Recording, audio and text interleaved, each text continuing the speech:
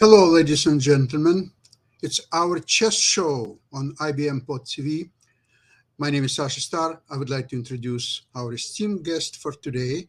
It's a Grandmaster Mikhail Marin and his wonderful wife, artist Maria. Welcome to the show. Great Hello. Hello. to see you. And of course, Professor Kenneth Regan. Welcome to the show, Ken. Thank you very much for having me on again. A lot Great, more has happened. great to have you. And you're the only one today on the show who is a representative in some ways of FIDE, International Chess Organization.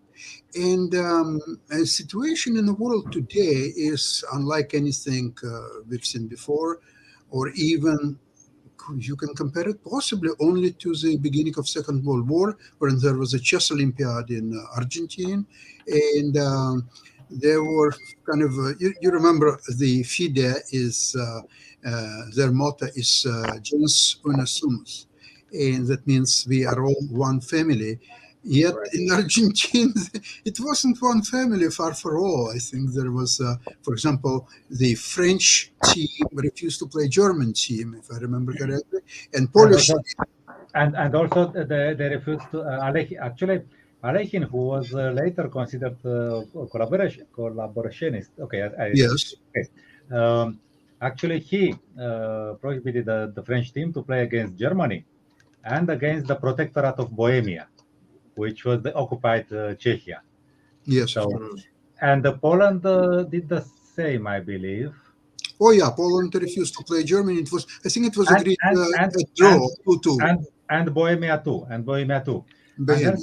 some Arab country, rather weak team, they also said, okay, we also, and they got for free 2-2 against Germany and against Bohemia. That was tricky because they had a very weak team. So there were 6 matches which were not played. Uh, Actually, Grandmaster Elis Kazis, who was Austrian, and he was playing for Austrian team for many times. But after annexation, he was playing obviously for German team. and he And, stayed and in Argentina. yes, He stayed in Argentina. Yes, he didn't return. yeah, he didn't return, but so many people did not return to Europe, Yes, yes, including yes. Well, Najdorf. Alekhine did to serve under De Gaulle. De Gaulle capitulated, and then they caught Alekhine into this trap. So Well, you you know, understand how unfair life is. I life mean, is unfair because actually remember that Savili Tartakover enlisted in the French army. So the same as Alekhine, but then he managed to escape to the French force in Britain. Alekhine well, didn't manage that. but you see, Alokin's problem was that his wife had substantial real estate holdings in France, and he wanted to somehow save this real estate properties or so on. But that's not the point. The point is actually that why I mentioned Tartakover, because in First World War, he was fighting for Germans. Yes, yes, In the yes. Second World War, he was fighting against Germans for France. And he even invented the name the Lieutenant Cartier. That was his Mhm. name. And he was even playing in a tournaments during the war under that name, but everybody knew who he is. No, no, actually, it's not like this. Not everybody knew. I believe it's Stahlberg from Mhm. Sweden, Yes. who was invited to play. It was a match between Sweden and these French forces in Britain, and he saw that he was going to play against some guy Cartier, and he thought it was going to be an easy game, and then he met Tartakover. He was very surprised. That's a very good observation. However, what's interesting is that each war, even if it's a 30 years war or 100 years war, the war eventually comes to an end. And then the most interesting things start to happen once the war is over. However, the war is far from over. There is some people believe, and those people that I read a lot and respect, they believe that now probability of a nuclear war is well over 50%. It's much Wow. greater than even Cuban crisis, much greater. Who So, says this? with that in mind, but you know what? I personally, I'll tell you, I'm not worried about nuclear war. You know why? I remember about 12 years ago or so, I was in Moscow, and so was my friend from Toronto as well. And we spent a lot of time together. And let's see, we would go to saunas, and we would have dinner and drinks, play backgammon, and smoke cigars and discuss what's on our mind. He's about the same age as I am, but so 12 years younger than we are now. And he was, especially after he had many drinks, he was in very bad mood. Why? Uh, well, there are some people who, when they have more than enough drinks, they're in a bad mood anyway. But he was in a bad mood because he was saying that, well, look, the life goes on. I have kids and grandchildren, and now I understand that with each day I'm coming uh, to the end of my run, and I regret that I will not be able to see my children and my grandchildren and so on. And you know what, I was telling him about that, but okay, I'm in the same boat as you are. But if you take the life expectancy is about 30,000 days. So why would you worry about something what will happen only in one day? In one day, whether it's 10 years from now, 20 years from now, maybe 5 years from now, but nobody knows when, uh, there will be an end. But it's only one day. But 30,000 days, can enjoy life, and you can enjoy every day and do whatever you want to do and so on. So Yeah, why would you worry about that one particular day? Ken, please. but I had a poetic thought, so associated with the Russian phrase of "vremya period," you know, Yes, march time, and relativity, saying that time can march at different speeds. And for someone like Zelensky, he is living a whole life in a few moments. yes. That many people would find it a hero to have. So I actually have been thinking of a similar thought about intervals of time, but in a different way. Excellent, excellent, great observation, Ken. Mhm. So now we are coming to a situation with the chess world as it is now. And Ken, maybe you could address, because there are so many different thoughts about people who support Russia and Putin, like Grandmaster Karyakin, for example. And there is already a proposal never invite him in any tournaments. There are some teams, just teams, like I think Poland, who would not ever play Russia. And Well, what's a FIDE stand on all that? Where are we going? I actually have not heard beyond the official FIDE pronouncements. I haven't heard about it. I have been monitoring the Belgrade Grand Prix, so the second leg, in which five Russians are participating under the FIDE flag. So I'm rendering my official services to that. Mhm. Incidentally, the five Russians are playing completely normally. So, I mean, they have a collective minus score, but it's not like they're depressed or anything like that. So, um, and so beyond that, I mean, I know that some sports federations have taken stronger measures. For instance, gymnastics banning Russian competitors, but our National Hockey League is not only keeping them, but also stepping up security measures to help protect them. I mean, Alexander Ovechkin is a hero here as well. So, well, he's notorious, but generally, a lot of people like him, and he's considered a free spirit and absolutely the most passionate player in the league with his teeth to show for it. So, Or uh, lack of teeth. but yes, or lack of teeth. Yes, that's right. He had a great smile after he finally won the Stanley Cup. I mean, people actually wanted him to win the Stanley Cup who were not from Washington. So, and we have in Buffalo tonight. So tonight, my wife and I are going to the Buffalo Philharmonic, where we're going to see what Ilya Malofeev, I forget his first name, but a 20-year-old Russian pianist. So Yes. there's some controversy in Buffalo about whether that concert should have been canceled. But first of all, he did post on Instagram a statement condemning the war. Second, he's a kid. And third, maybe we really don't want to burn these bridges. So we are going to the concert, and some friends who, you know, might as said, yeah, that is a proper thing to do. So, And we're wearing blue and yellow. what's that? We're wearing. Oh yes, but we are wearing green, blue, and yellow. So this is my closest Fantastic. shirt to Ukrainian blue, and my wife has a yellow, a good yellow sweater to match. Now she is partly of Swedish extraction, so we do Okay. have here in Sweden's colors, but we're not bringing that. So So actually, Sweden is together with Finland. There are two countries that are about to join NATO, and I think that's a quite interesting development. Now there are two countries in the world. One of them is Finland, and another one is, believe it or not, Canada. They have special forces that are going from store to store to make sure that no Russian products are being sold. Once the Russian product is found on the shelf, it's immediately destroyed.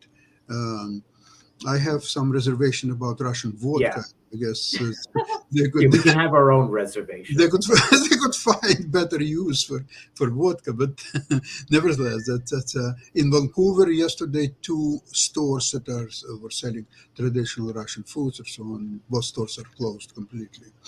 So there is another interesting reaction to what's happened in Spain. There was probably it's near Barcelona, I would say. There was a yacht, $7 million yacht. It belongs to one of the executives of, I think, Rosneft, which was parked in Spain near Barcelona. And there was a Ukrainian guy, I think Nikola Demenchuk, if I'm correct. He was one who was doing upkeeping of the yacht, the maintenance, and so on. And when the war started, what he did, he opened claxons and the yacht went all the way down and drowned. He was arrested and brought to court. So the judge asked him, question number one, what was the worth of that yacht? He says $7 million.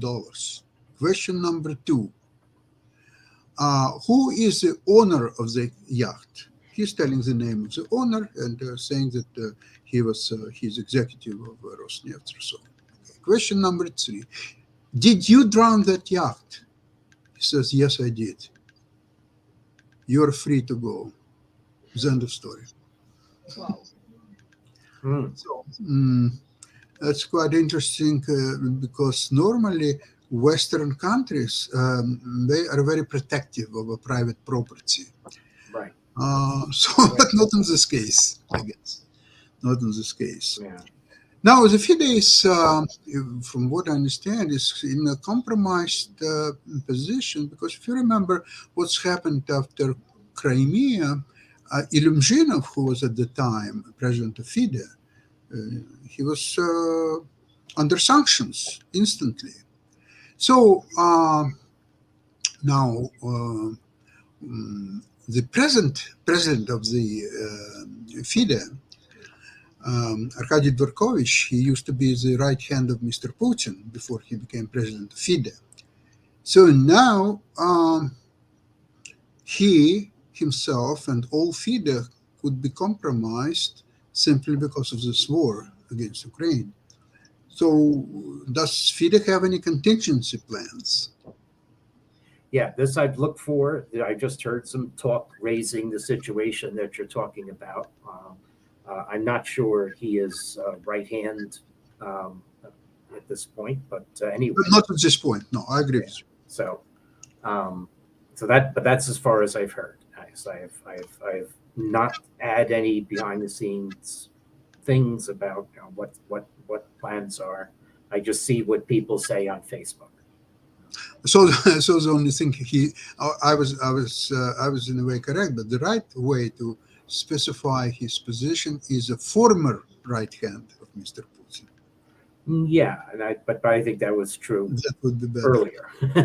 So I see. Well, he was chair of organizers of the 2018 FIFA World Cup. I mean, that was his primary service that year before becoming president of Fidesz. One more question to you, Ken, is that you know that most of the sport organizations banned Russian teams, Russian players, so on and on, anyway, from soccer to just almost even figure skating and just almost any sport. So, what the position then of a chess regulating body? Yeah, so FIDE will follow the guidance of the IOC, so the International Olympic Committee. So that's already clear from FIDE's statement. I see. So Okay. Okay. hence the sanction about the flags, but awaiting further word.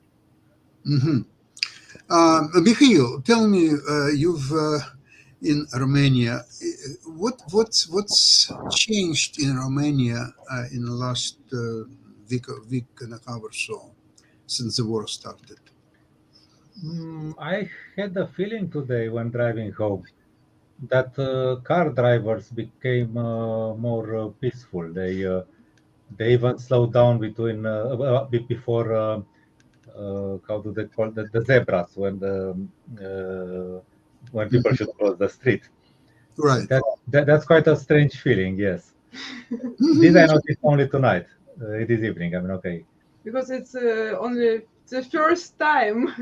It's the first time that When we notice it. I saw it as a mass phenomenon. I mean, not that one driver, but all of them were slowing down when. So that's something. Otherwise, not.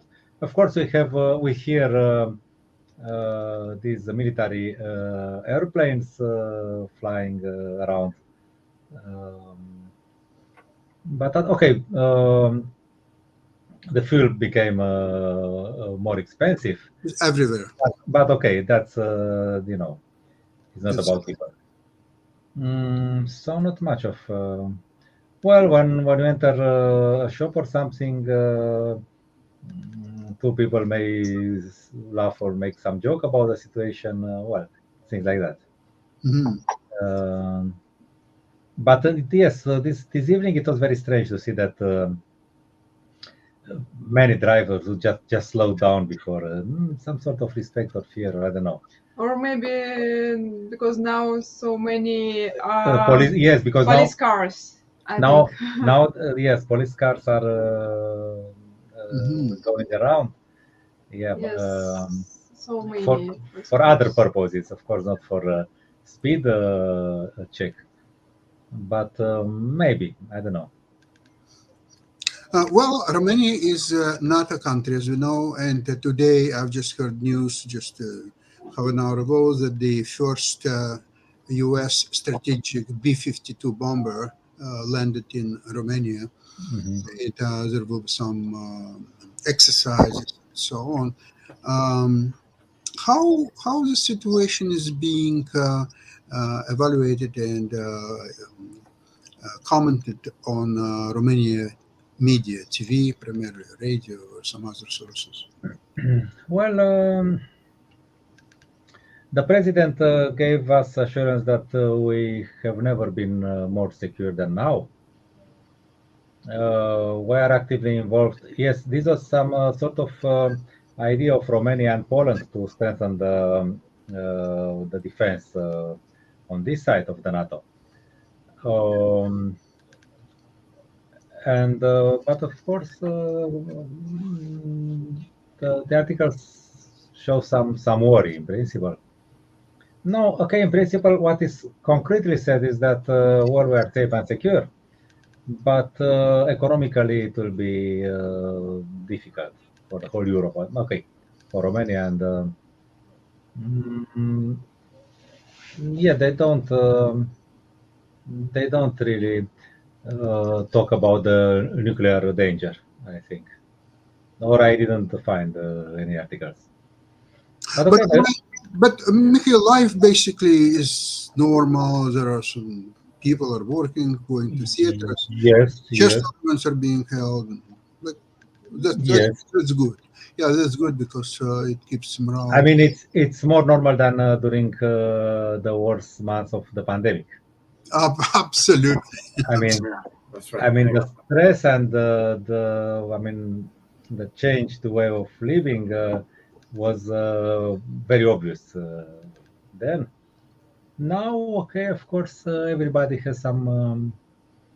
some worries, but you cannot really feel them Hmm. so much. Yeah. Do you think that Putin was waiting until the pandemic will be over to start what he's doing now? No, but he put an end to the pandemic. Nobody is talking about the pandemic anymore. Absolutely. Same here in Canada.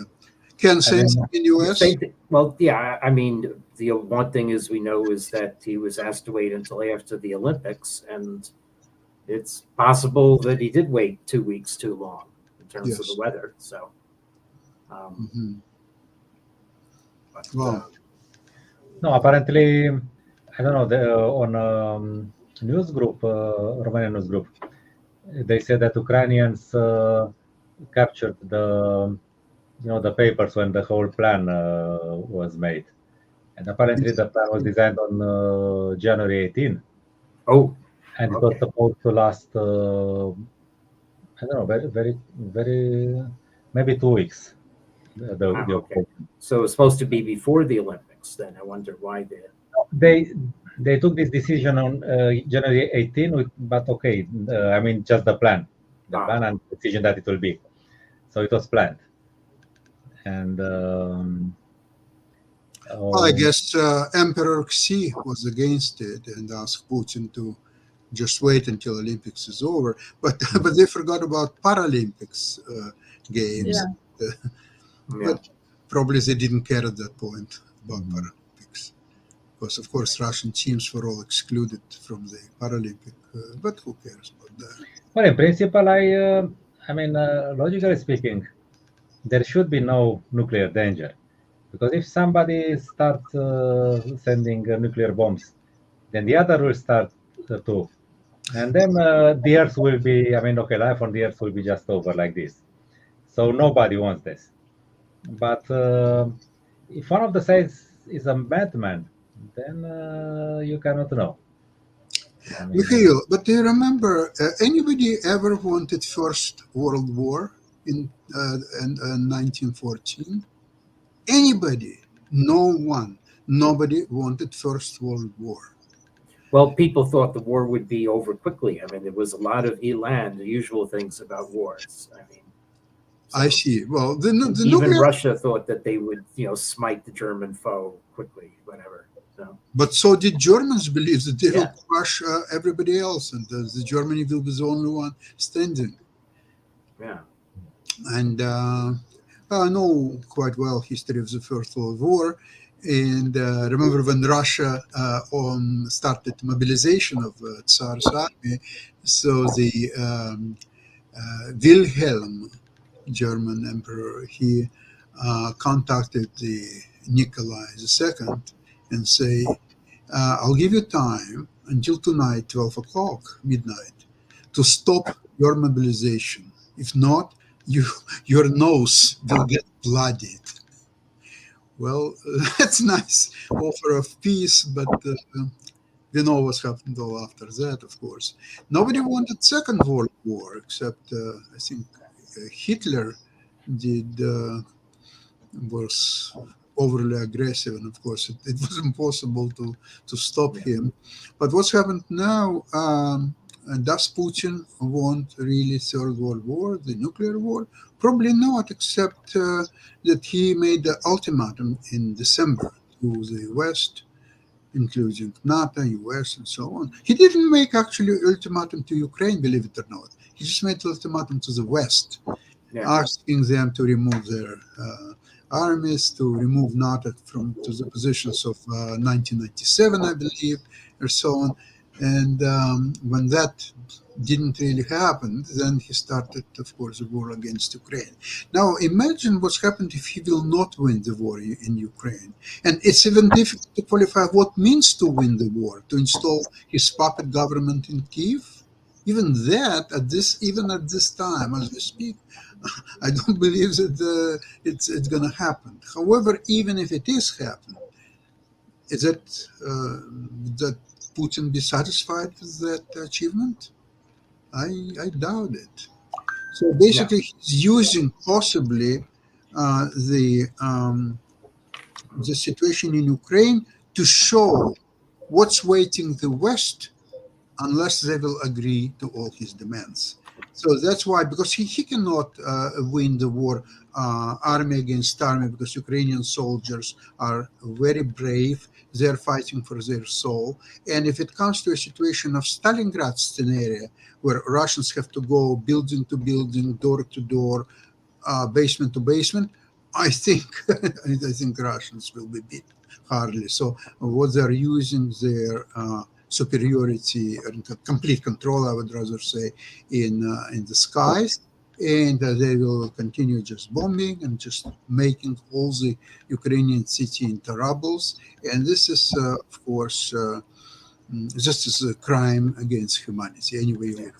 It's And that's unfortunately where we are. However, listen, we have to remain always optimistic, and hopefully there will be the end to this madness, and very soon. Okay. Now, I would like to thank everybody for listening to our program, and we will be getting ready for Russian part of this program. So see you soon there. Ken, hope to see you next Saturday. Slava Ukraina. Thank you so much. Okay. Thank you. Bye bye, everybody. Bye bye. Bye bye. Bye. Bye.